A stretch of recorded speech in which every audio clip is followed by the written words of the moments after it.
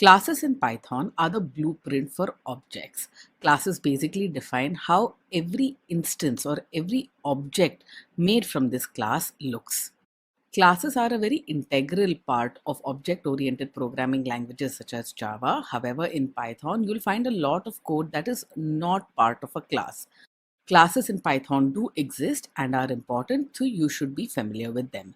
This is how you define a class with the class keyword and the name of the class, which here is student. This is followed by a colon indicating whatever code follows is part of the class template.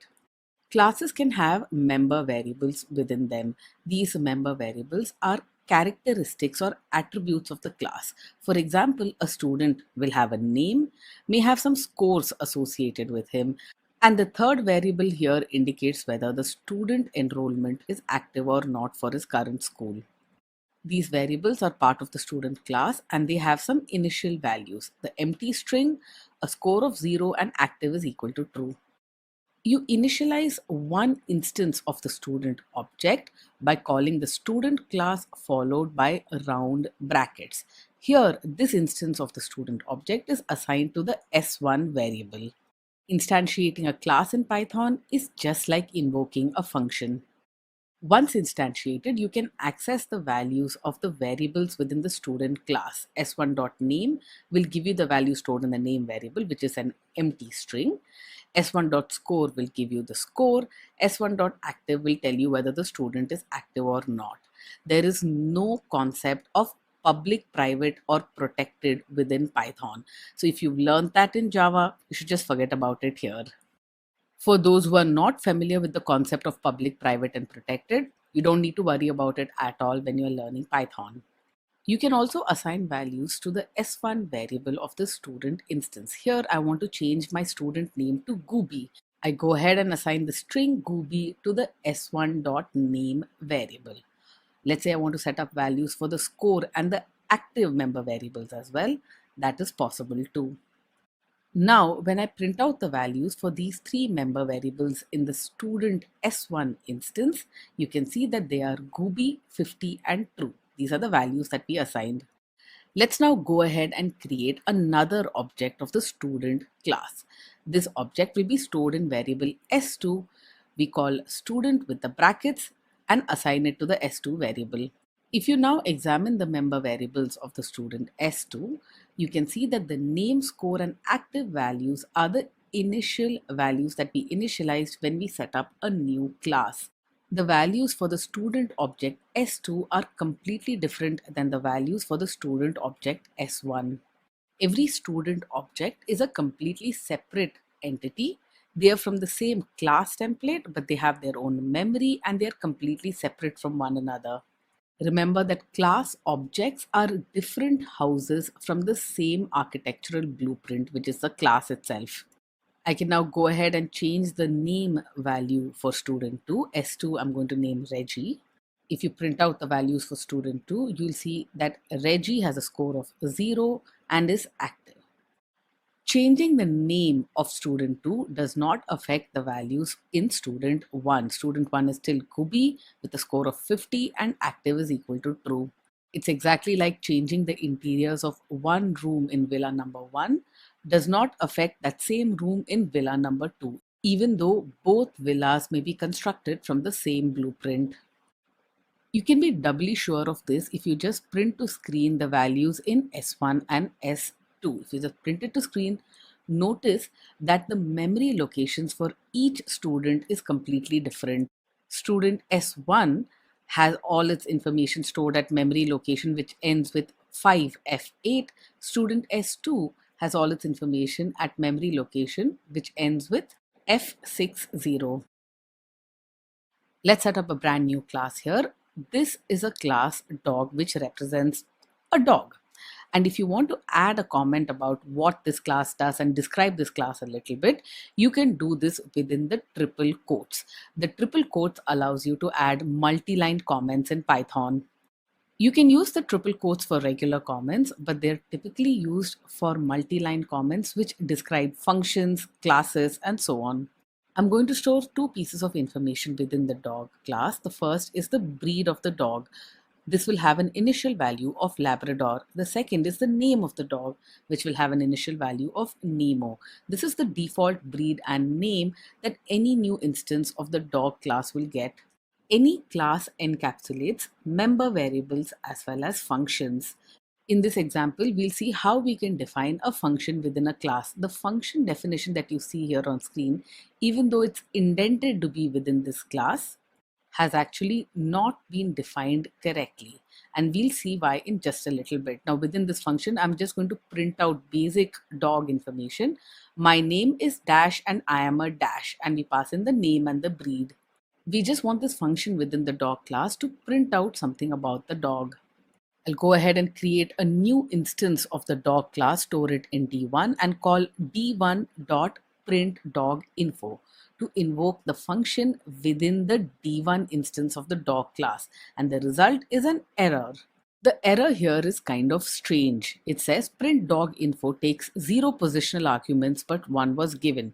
Okay, we do know that it takes 0 positional arguments because the print dog info function does not have any input arguments. We haven't specified any, but 1 was given. This means when print dog info was invoked, 1 argument was automatically passed into the print dog info function. Now, this might seem strange because you can't actually see any input argument that you've passed in when you called d1.printDogInfo, because this is something that Python has done behind the scenes. You have no idea it's happening. But when you invoke functions within a class, Python automatically passes in a special input argument. This is done by default. You can't see it. When you invoke the function, you might have no arguments, but under the hood, Python is passing in a special input argument. Let's see what that is. Let's set up the dog class once again. This time, when we set up a function within this dog class, we'll set it up in the right way. We have the breed and name Labrador and Nemo. We have the print dog info, and notice that we've specified an input argument there, self. Now, self is a special keyword in Python which is used within a class to reference an instance of that class. The self keyword within a class is a way for you to programmatically reference the current instance of that class, the current object instance.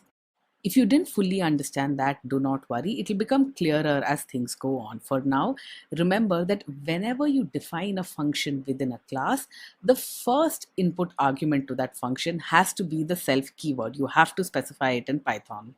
I'm now going to try and print the name and breed of this dog. This is a simple print statement. Now let's set up an instance of this dog, that is D1, and call d1.printDogInfo. Once again, this results in an error. But this time the error is different. Notice that our function definition is fine. It has managed to invoke printDogInfo. The error is in the print statement within our function. The error here is a name error, and it says name, the name variable, is not defined. That means when we try to print out the name and the breed, it could not actually find those variables that we defined within the class. Now, why is that? All right, it's time for us to make one more attempt to set up this class correctly. There is a class dog. Here is the breed and the name, which are member variables within this class. Here is the print dog info, which takes in self as the one input argument. And here is the print statement, which caused the error the last time around. Notice now how I've accessed the name and breed variables, which are members of this class dog, self.name and self.breed. Name and breed are not global variables. They are within the class dog. And when you want to access the name and breed values for this particular object of class dog, you have to use the prefix self, self.name and self.breed. This is from within the class. And this should make clear to you why you need the self passed in as an input argument. Again, self is a special keyword, so make sure you don't use it to name your other variables. Now let's go ahead and set up an instance of this dog class. We'll assign it to the variable d1 and call d1.printDogInfo. This time our function executed just fine. The name that has been printed out is Nemo, that is the default value, and the breed is Labrador. Once again, the default value. Our D1 dog instance holds the default values for name and breed. We haven't changed these values yet. Let's now assign a new value to d1.name. We want our dog to be named Oba and not Nemo. Now when we call d1.print dog info, it'll say my name is Oba and I am a Labrador. If you remember how we implemented the print dog info function, the print statement referenced self.name within print dog info. This name variable has picked up the new updated value that is present in the name variable, that is Oba. If you've ever worked with object-oriented programming before, you know that accessing the member variables of an object instance like we do here, d1.name is equal to oba, is not good practice. A class is supposed to be fully self-contained and you want those member variables to be only updated using functions. You don't want outsiders to access these member variables directly. Now, how do we make that happen with Python? What we really want is to make the name and breed member variables private. We do not want code outside of the class to access the values of name and breed. Now, if this were Java, we would simply make these member variables private. But the concept of private does not exist in Python. So what do? The standard practice in Python is to specify your member variables by prefixing them with the double underscore. So you have double underscore breed and double underscore name. Now the Python interpreter, whenever it encounters the double underscore, it will simply scramble that field so that outsiders will not be able to access that field directly, outside code that is. Outside code will not be able to access these member variables because it does not know the scrambled name. It does not know what the Python interpreter has renamed the member variable to. Whereas when you have code within the class, it will know what the scrambled name is. Python just takes care of this. Now, this is not true protection, but this is what Python offers. Let's go ahead and define the member function within this class, the print dog info, and we print out my name is dash and I am a dash. Notice how we access the member variables self dot underscore underscore name and self dot underscore underscore breed. This bit of code, which is within the dog class, can access name and breed even when it has the double underscore prefix. We'll set up a new instance of dog, assign it to D1 and call print dog info, and it should print out my name is Nemo and I am a Labrador. Things work just fine. Now let's go ahead and try and assign a new value to the underscore underscore name variable. We want to set it to Oba. When you execute this bit of code and then call print dog info, you'll find that the name hasn't changed at all. The name of our D1 dog instance is still Nemo. It hasn't been updated to Oba. That's because the underscore underscore name has been secretly renamed to something else within the class. Code outside the class does not know what that renamed variable is, which means we can't affect it. But what if you want to change the name of your dog once you've set up an instance? You can do this, but you need to specify a member function which changes your member variable. We'll set up a new class dog instance. We have the breed and the name set up as before. The initial values are the same. Print dog info does exactly the same thing. Print out the name and the breed of the dog. We'll also define another member function or method in this class, which will update the name of our dog. This method or member function takes in two input arguments. The first input argument, remember, is always the self argument. The second input argument is the updated name of the dog, which we specify in the name variable. This change name method has been defined within the dog class, which means it can access self dot underscore underscore name and update its value with the value that is present in the name variable that is passed in as an input argument. The most important thing to note here is that self is still an input argument and it has to be the first input argument. Let's instantiate a new object of the dog class once again. D1 is equal to dog and we print dog info. They have the initial values. My name is Nemo and I am a Labrador. I'm going to go ahead and change the name of my dog to Oba. using d1 dot change underscore name. Notice that I pass in just one input argument to the change name function. Remember, the change name function had two input arguments, the first of which was the self argument. Remember that Python will automatically supply the value for the self argument. You just have to pass in the value for other arguments that that function might need, such as for the name variable, and we pass in oba for the name in the change name method. We invoke the function print.dog.info on the d1 instance of the class, and you can see that the name has now been updated. The name of the dog in the d1 instance of our class is now oba. Now, the way we've been using classes is pretty clunky. We first instantiate a class, we let its member variable take on the default values, and then we explicitly change the name of our dog. Now, that's kind of clunky. What we really want is to pass in the right name of our dog when we instantiate the class itself. How do we do this? We set up the dog class as before. We set up the member variables, breed and name. We continue to give it initial values. That's just good practice. And then we set up a special function.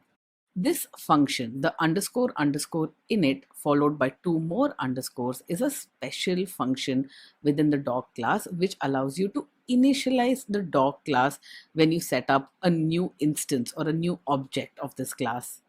You have to define this function with a special name to initialize your class as it's instantiated.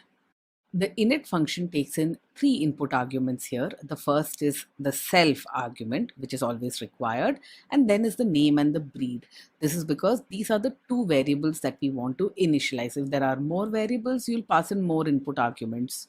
We use the values passed in the name and breed input arguments to initialize our class member variables. We'll set up the other member function or method that we are familiar with, print.dog.info, which will print the name and breed to screen. We'll now try to initialize the dog class and assign this to the d1 variable. But if you hit shift enter here, you'll see that this is an error. And this is because the dog instantiation, which calls the init function under the hood, requires two additional arguments, name and breed, which we haven't specified. Notice the empty brackets after dog. We haven't really specified any arguments there. We need to. The init function in Python is very similar to the constructor that you might have encountered in Java. It's still a little different though, so I wouldn't equate init with the constructor, which is why I haven't mentioned it before. But if it helps you remember it, you can think of the init as a constructor. It is not though, so just remember that when you go for programming interviews. The init function is simply an initialization function which is called after the Python object is constructed. And here is the right way to instantiate an object of the dog class now that you have the init function set up. We have d1, which is set to dog. We have to pass in the name as well as the breed of the dog. Here my dog is Moj and he is a golden retriever.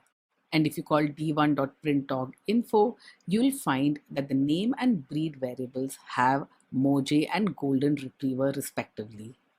Now, the init function is a function like any other, which means the input arguments can also have their own default values. Let's set up the dog class once again. We'll set up the breed and the name, but we won't specify any default values here. We'll simply initialize both of these to the empty string. We'll set up the init method to initialize the variables of this class, but this time the name and breed input arguments will have default values. By default, the name of our dog will be Nemo and the breed will be a Labrador. This will allow us to create dog objects without having to specify name and breed values as input arguments. We'll continue to have the print dog info function that is kind of useful for us. Now we have some flexibility in instantiating the dog object. Here D1 is a golden retriever named Moj. We've passed in values for both the name as well as the breed. And print dog info will confirm that the dog's name is Moj and he is a golden retriever.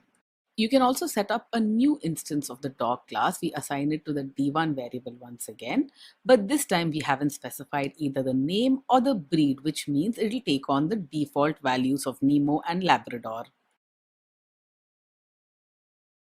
We've studied a fair bit about classes, and at this point in time, you should be pretty comfortable.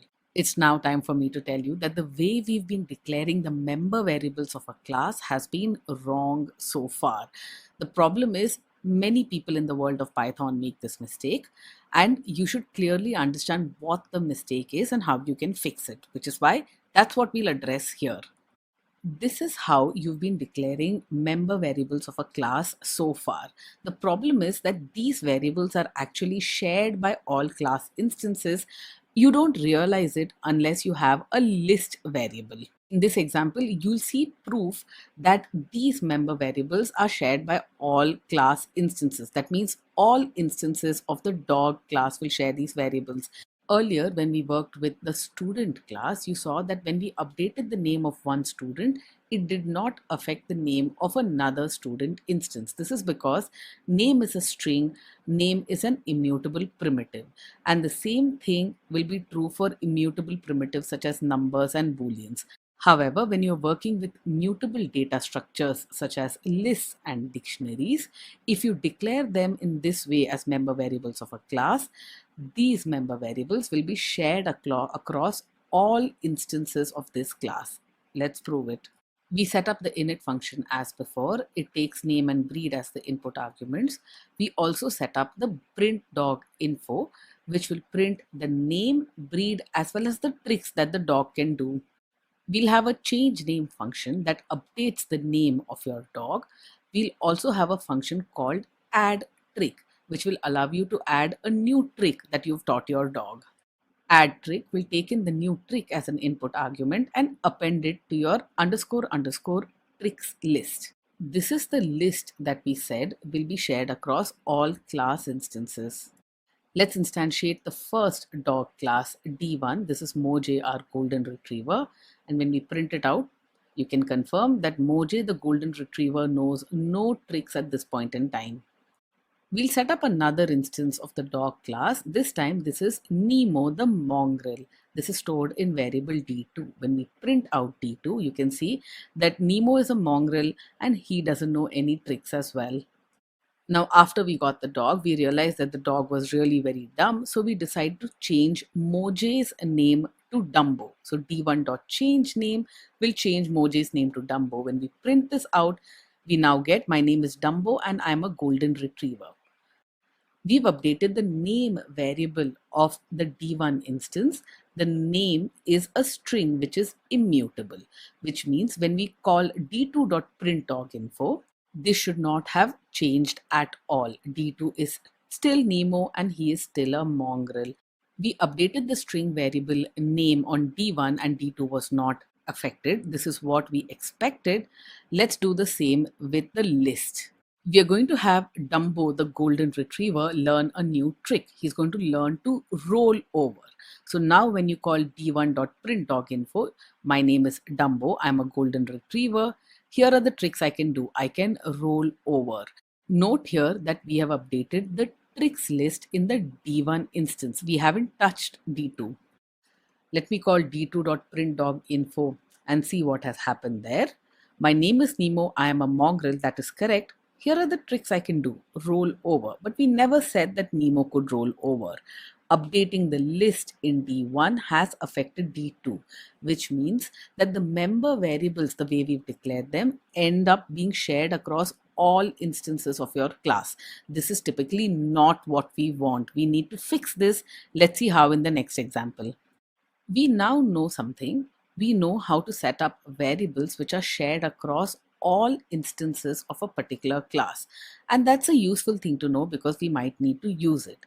We set up the dog class as before, but this time we want to hold some information which is true for every instance of the dog class. We want to store this in the kind variable. We say that dog is of kind canine. This is true for all dogs. All dogs are canines after all, which is why we'll have this variable shared across all dog instances. Those member variables which are specific to a particular class, which we do not want shared across all instances of the dog class, we specify in the init function. There are three such variables here: the double underscore name, double underscore breed, and double underscore tricks.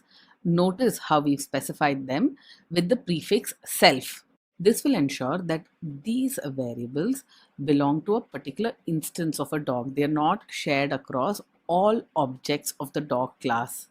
The remaining functions in this class are the same as before. We'll print out information about a dog.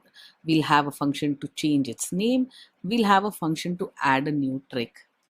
And here is our first dog object, Moj the golden retriever. We print dog info.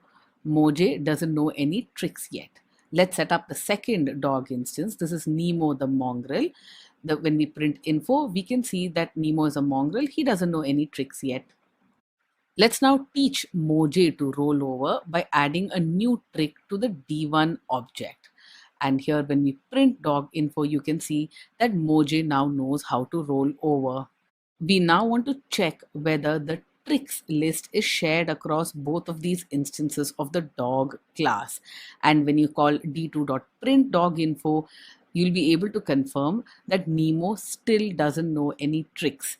Adding a new trick to the Moj instance hasn't affected the Nemo instance.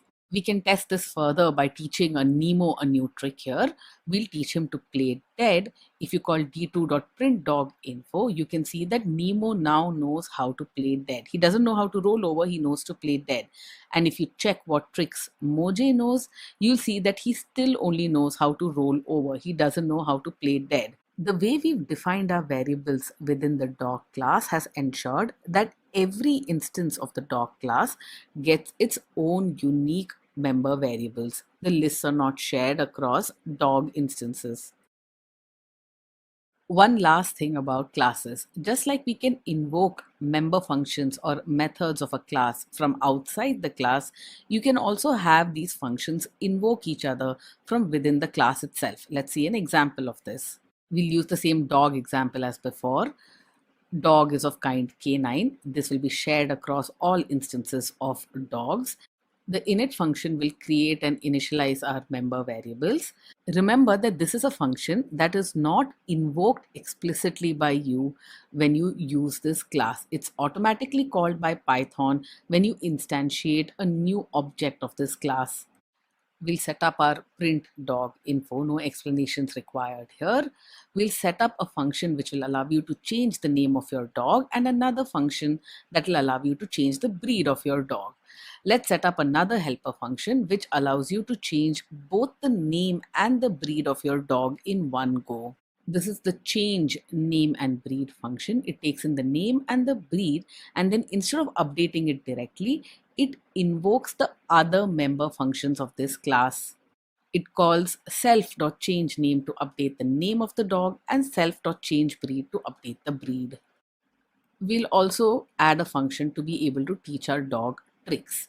Now let's instantiate a new dog object. This is Moj the golden retriever. We print out his information and then we change the name and breed of our dog to Oba the Labrador. Now when we print out our dog's information, we can see that the name and the breed have been updated in one go. Having member functions of a class called other member functions is a good way to reuse code. This is an important point to follow to make sure that your code is clean and reusable.